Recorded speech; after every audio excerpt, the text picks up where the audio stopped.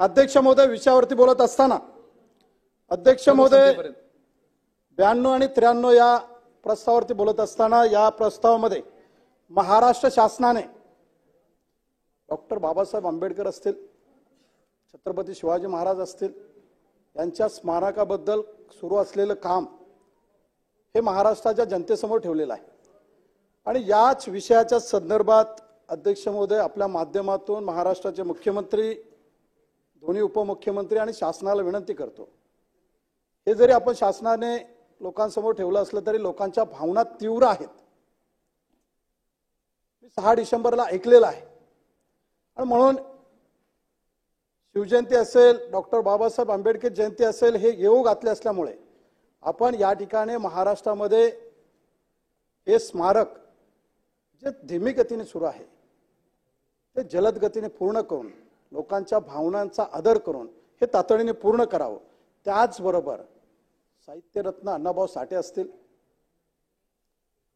संत ककया समाजाचे संत ककया महाराज असतील, संत विश्वकर्मा असतील आणि देशभक्त मंगल पांडे यांचे जे स्मारक मुंबई शहरात व्हावेत अशा अनेक लोकांची मागणी आहे।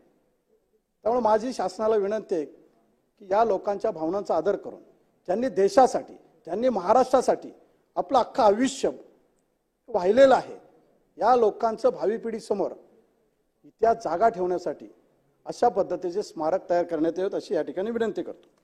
शासनाचं अभिनंदन करत असताना शासनाने विविध योजना या ठिकाणी राबवलेल्या आहेत। नमो शेतकरी योजना असेल, सन्मान योजना, मुख्यमंत्री लाडकी बहीण योजना आहे, लाडकी लेक योजना आहे, युवा सन्मान योजना आहे, ज्येष्ठ नागरिकांसाठी दर्शनासाठी जात येत नव्हतं म्हणून दर्शन योजना आहे, अशा अनेक योजना आहेत। ह्या योजना राबवत असताना शासनाने ह्या योजना पुढेही अशाच लोकांच्या सन्मानासाठी, लोकांचा आशीर्वाद मिळण्यासाठी, लोकांचा विश्वास टिकण्यासाठी आणि लोकांचा सन्मान करण्यासाठी या योजना सुरू ठेवाव्यात अशी विनंती आहे। याचबरोबर खेडेगावात अनेक योजना राबवल्या जातात शेतकऱ्यांसाठी। अशाच पद्धतीने माझ्या मुंबई शहरातील SRA असेल, म्हाडा असेल, एमएमआरडीच्या माध्यमातून गरीब लोकांसाठी बांधलेली जी झोपडपट्टी आहे, या झोपडपट्टीमध्ये लोकांना मेंटेनन्स भरणं अवघड आहे। म्हणून अध्यक्ष महोदय माझी विनंती आहे की सौर ऊर्जा प्रकल्प राबवून या ठिकाणी अशा गरीब लोकांना मदत करता येईल, हे एक प्रकल्प त्यांनी राबवावेत अशी माझी या ठिकाणी विनंती आहे। अध्यक्ष महोदय, आंतरराष्ट्रीय विमानतळाची सुधारणा करणे, नवी मुंबई असेल, मुंबई शहरातील असेल, या मुंबई शहरातील विमानतळाची रुंदी वाढवणं, सुधारणा करणं हे करत असताना केंद्र शासन, महाराष्ट्र शासन या लोकांनी एक प्रकल्प राबवला।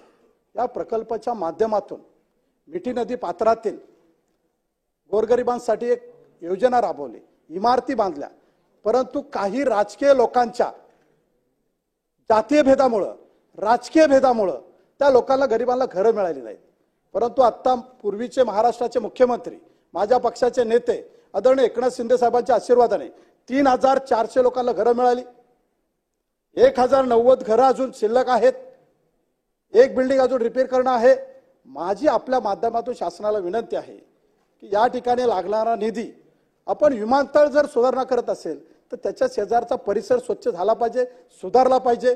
म्हणून त्या ठिकाणी त्या इमारतीसाठी लागणारा निधी देऊन त्या गोरगरिबांना त्यांच्या हक्काची घरं देण्यात यावीत अशा पद्धतीची या ठिकाणी मी आपल्याकडे विनंती करत आहे। अध्यक्ष महोदय, मुंबई शहरामध्ये आरोग्य खात्यातून आता सांगितलं गेलं की मलेरिया असेल, डेंग्यू असेल, स्वाईन फ्लू आहे, असे अनेक आजार हे वाढत चाललेले आहेत। प्रदूषण मुंबईमधलं वाढलेलं आहे आणि म्हणून या दृष्टिकोनातून पूर्वीचे मुख्यमंत्री, माझ्या पक्षाचे नेते आदरणीय एकनाथ शिंदे साहेबांनी हिंदू हृदय सम्राट बाळासाहेब ठाकरे दवाखाना आणला, गोरगरिबांसाठी उपाययोजना आणली, आरोग्याची सेवा घरापर्यंत देण्याचं काम केलं। परंतु कुठेतरी महानगरपालिका पूर्वी जसे आरोग्य शिबिर घेत होते तसे घेत नाहीयेत। या रोगांवरती प्रतिबंध करण्यासाठी महानगरपालिकेच्या माध्यमातून, महाराष्ट्र शासनाच्या माध्यमातून असे आरोग्य शिबिर घेऊन लोकांच्या घरापर्यंत ही सुविधा मिळावी। माझ्या विभागामध्ये संघर्ष नगरला 290 बेडचं हॉस्पिटल आहे, तेही काम तातडीने करण्यात यावं। एमएमआरडीच्या माध्यमातून, शासनाच्या माध्यमातून 650 बेडचं हॉस्पिटल कोहिनूर कॉम्प्लेक्सच्या बाजूला शासनाने अर्धवट पडलेला आहे। शासनाचा पैसा तसाच पडलेला आहे. लोकांना गरज आहे. कुर्ला विभागात मोठ्या प्रमाणामध्ये झोपडपट्टी आहे. बाबा हॉस्पिटल छोटा आहे. साहेब 3 तास मागितलेले आहेत. झोपडपट्टी कुर्ला बाबा हॉस्पिटल छोटा आहे आणि त्यामुळं 650 बेडचं हॉस्पिटल जर शासन करू शकत नसेल, जैसे थे या एका तत्वावरती महानगरपालिकेला तर स्थलांतरित करावं, त्यांना ते हस्तांतरित करून त्यांच्या ताब्यात द्यावं आणि महानगरपालिकेतर्फे बांधून आमच्या कुर्ला वासियांना आरोग्य सेवा देण्यात यावी अशी या ठिकाणी आपल्याकडे विनंती करतो. अध्यक्ष महोदय, पाणी पुरवठ्याचा प्रश्न मुंबई शहरामध्ये मोठ्या प्रमाणात आहे आणि विशेषतः माझ्या येलवाडमध्ये तर मोठ्या प्रमाणात आहे. मुंबई शहराला सध्या पाण्याची गरज आहे. 4,630 दशलक्ष लिटर पाणी पुरवतो आपण, फक्त 4,000 दशलक्ष लिटर. आणि म्हणून अध्यक्ष महोदय अनेक योजना आणल्या, समुद्राचं पाणी गोड करण्याचा प्रयत्न केला. संस्था येत नाहीत, ठेकेदार येत नाहीत, परंतु ज्या पद्धतीने शासनाने सिंगापूर असेल, मलेशिया आहे यांच्याबरोबर करार केले, या देशाच्या माध्यमातून समुद्राचं पाणी गोड करून मुंबई शहराला देणं गरजेचं आहे, नाही तर पुढे आंदोलनं मोठ्या प्रमाणात होतील. आणि म्हणून या ठिकाणी महानगरपालिकेतर्फे एक नवीन धरण बांधण्याचं काम हातामध्ये घेतले. शासनाने विविध परवानग्या दिलेल्या नाहीयेत. फॉरेस्ट असेल, पर्यावरण असेल.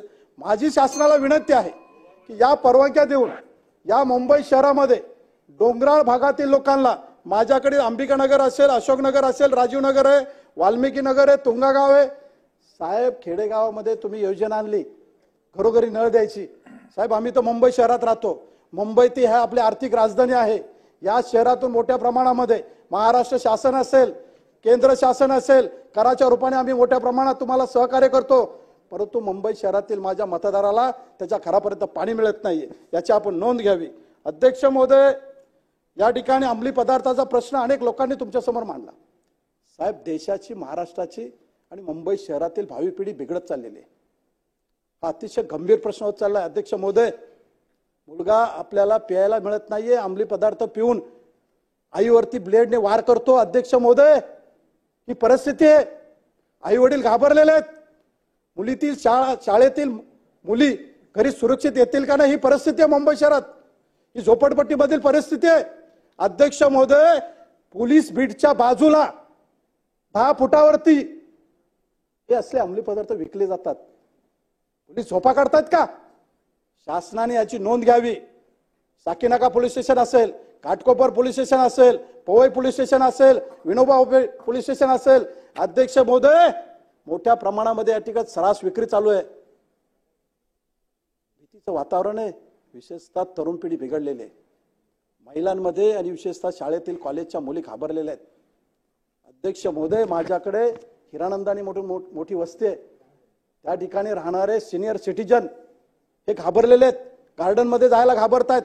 म्हणून अध्यक्ष महोदय, शासनाला माझी विनंती आहे की अशा पद्धतीने या अंमली पदार्थावरती कडक कारवाई करून कडक कारवाई करण्यात यावी.